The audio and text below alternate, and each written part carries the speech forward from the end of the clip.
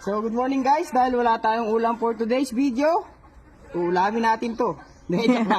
At ganito guys, kasi sa iba kinakain nila to. So dito hindi ko pa siya natatry, pero mukhang okay naman siya. Sa Isabela? Wag mo guys, bali dito siya nakukuha sa nyog. Ito yung puno ng nyog na nabubulok na. So bali sila yung dahilan kung bakit to nabubulok. Kasi kinakain nila. Sabi. Yung kokopit. Nagiging kokopit. Yan. So ayan guys. Ayan guys oh. Nagamitin ko naman siya pang halaman. Yung Yung kokopit, maganda yan. Yung parang pinakantain nila yan eh. So ayan guys, ang dami. So bali yan. dinakma na. Sambao na. Yada. Gagamitin natin yan para sirain natin yung ibang mga puno ng nyog kagaya nito. Kaya mga natira na yan, natuod ng nyog, ito lang yung ilalagay namin. So kakainin nila ng kakainin. Yan. Doon pa sa may harapan. Yun! Nawakan ko! Tragis na yan.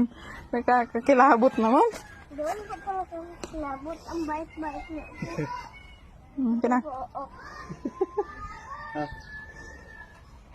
Ganyan. So kasi alisin namin itong puno na to guys. Itong puno ng nyog na to dito kasi magiging magiging sagabal doon sa bahay. So marami na pala siyang ganito. Ako na ba?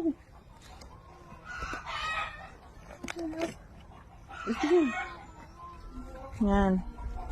Lalagay ko to doon sa nyog. Napapabulukin namin.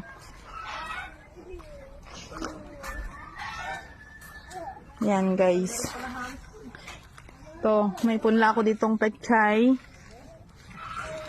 Yung kokopit, doon ko siya itatanim. Yan, kokopit din tong binagpunlaan ko na to. Yan. Nangingilabot ako.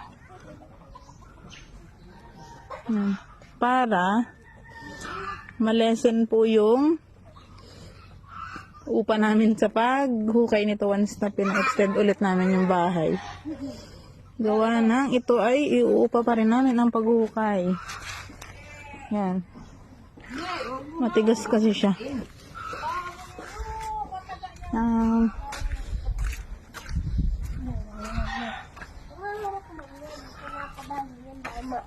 Bibi, alis. So